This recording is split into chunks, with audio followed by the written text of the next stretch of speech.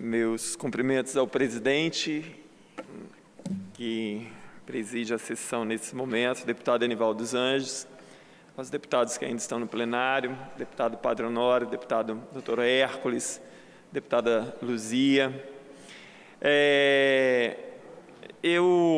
Nós estamos... Primeiro, eu gostaria de reforçar o que a deputada Luzia veio aqui dizer, tanto em relação à questão das mulheres, que a Janete já tinha dito também, quanto em relação à questão do sul do estado, que é uma região que merece ser vista, né, com um olhar melhor, como ela disse, o sul do Espírito Santo, que já teve uma pujança no passado, mas meio que parou no tempo, nos últimos anos, né? Agora, nessa seca, é o estado inteiro precisando de socorro, na verdade. Parabéns, deputada Luzia, pelo seu empenho. Nós estamos à véspera de um feriado prolongado e amanhã, 7 de setembro, dia em que se comemora a independência do Brasil, e dia 8 de setembro, o dia da nossa querida capital, Vitória. Sobre a independência, 7 de setembro de 1822 teria se dado a independência do Brasil e comemoramos, portanto, 294 anos de independência. Mais 6 anos e chegaremos ao 3º centenário da independência do Brasil. Uma independência sempre questionada, Padre Honório, né? Porque não foi assim uma independência de fato. O Brasil permaneceu altamente dependente das principais potências, né? Ali da Inglaterra, posteriormente dos Estados Unidos. Hoje o Brasil é uma das maiores potências econômicas do globo, né? Apesar da nossa crise econômica. No entanto, nós possuímos graves problemas no Brasil.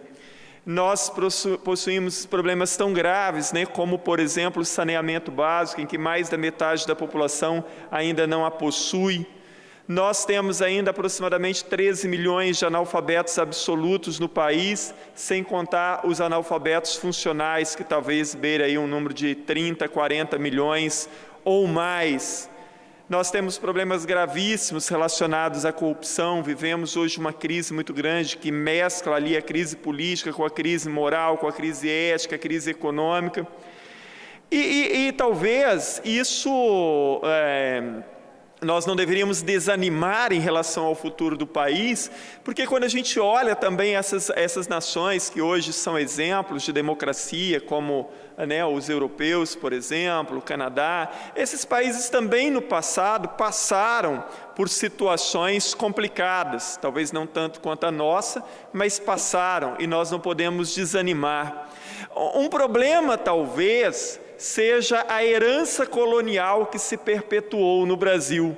Então, se dizia naquela época que Portugal nos explorava, então ali o Brasil estaria livre da exploração da coroa portuguesa, mas aqueles que passaram a dominar a economia brasileira e a política, eles mantiveram muito a essência do colonizador, né? O colonizador, ele tinha por objetivo explorar a colônia ao máximo e enriquecer. Se isso fosse à custa da escravidão, da destruição, etc., não teria ali tanto problema, né? E parte dos homens, né, parte daqueles que passaram a dominar a economia e a política brasileira, conservaram muito isso. Explorar o outro a qualquer custo, enriquecer a qualquer custo. E a gente vê isso até hoje. A gente vê o homem público até hoje ali usando, né, daquilo que é o bem público para o seu enriquecimento, para o seu bem comum. A gente vê as artimanhas no meio político, como elas se dão. A gente vê as trocas no Congresso Nacional entre executivo, legislativo, envolvendo muitas vezes até judiciário e por aí vai. Quer dizer, o sentido do republicanismo, né, de uma pátria decente, de uma pátria honrada, de uma pátria ética, ele ainda é meio torto no Brasil. Não é que ele não exista, mas ele não foi assimilado por grande parte da população e muitas vezes a deputada Enivaldo e os deputados ainda presentes, Padre Honório, doutor Hércules, né? É muito comum no Brasil a gente ouvir dizer assim, os pobres, a culpa é deles, porque eles votam errado, eles votam por uma cesta básica, eles votam por não sei o quê.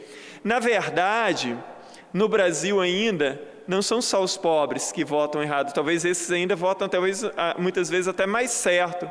A questão é que a maioria das pessoas votam por interesse próprio também.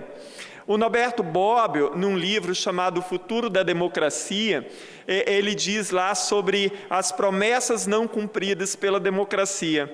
Então ele diz que assim, na democracia uma das promessas seria que uma vez que você tivesse o poder para eleger, então você elegeria sempre o melhor entre os melhores. E que isso não aconteceu na democracia de fato, porque as pessoas passaram a votar por interesse próprio. Claro que talvez não seja todo mundo, mas a maioria das pessoas, mesmo aquelas que têm uma certa instrução, muitas vezes vão votar por interesse próprio. Por exemplo, se você pensar no Brasil, vamos imaginar que o pobre vote ali pensando no Bolsa Família ou na cesta básica. E o rico vota pelo quê? Então, teoricamente, o rico votaria sempre pela coletividade, porque numa democracia de fato, e se eu fosse um cidadão de fato, eu seria sempre um eleitor votando em prol da coletividade e nunca pensando em meu benefício próprio. Então, se o pobre vota por uma cesta básica, o rico vota por qual motivo?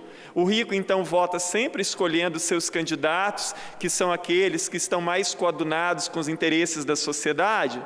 Também não. Então, boa parte das pessoas nas democracias acabam votando por interesses próprios também. E isso é muito ruim, isso vai ajudando a dificultar, né, a configuração de uma nação mais ética, de uma nação mais republicana, de uma nação mais firme democraticamente. Ainda assim, né, nós temos que ter orgulho de ser brasileiros. Se hoje está ruim, né, Padre Honório, diz um intelectual português, Boaventura de Souza Santos, ele tem um texto que diz assim, por favor, não matem a utopia. Nós precisamos, a utopia sempre fez a humanidade caminhar. Quer dizer, você sempre acreditando numa vida melhor é que fez as pessoas lutarem por algo melhor, mesmo sem alcançar aquilo que foi sonhado.